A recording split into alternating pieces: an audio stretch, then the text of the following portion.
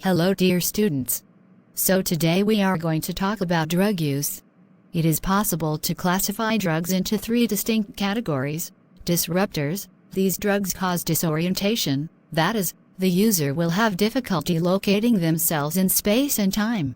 Stimulants, these drugs cause you to feel more aroused and aroused.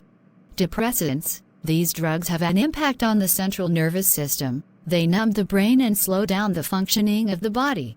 These categories help to understand how each drug works. However, be aware that some drugs can be mixed with other drugs or with other products. The categories can then become intertwined. We will therefore start with the category of disruptors and talk in particular about cannabis. Cannabis, when smoked, produces almost instantaneous effects on the brain. When incorporated into a food preparation, the effect takes longer to be felt and the waiting period can last for about an hour.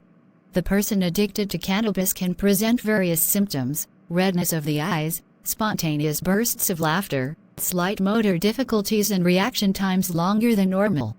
Cannabis can be moderately addictive in rare users, and long-term use sometimes has unwanted effects. Some consumers will experience a marked decrease in their libido.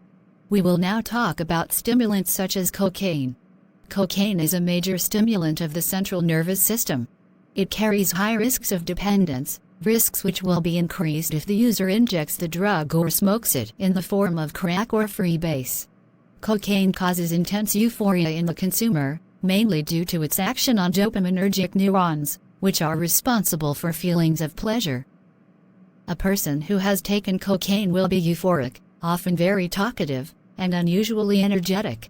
Cocaine causes pupils to dilate, an increased heart rate, and sometimes nervous tics. In the long term, sustained cocaine use can cause depletion of the user's neurotransmitter reserve. Your child may have difficulty feeling pleasure and hedonia because their brain is no longer producing enough. Cocaine is the drug that kills the most from overdose.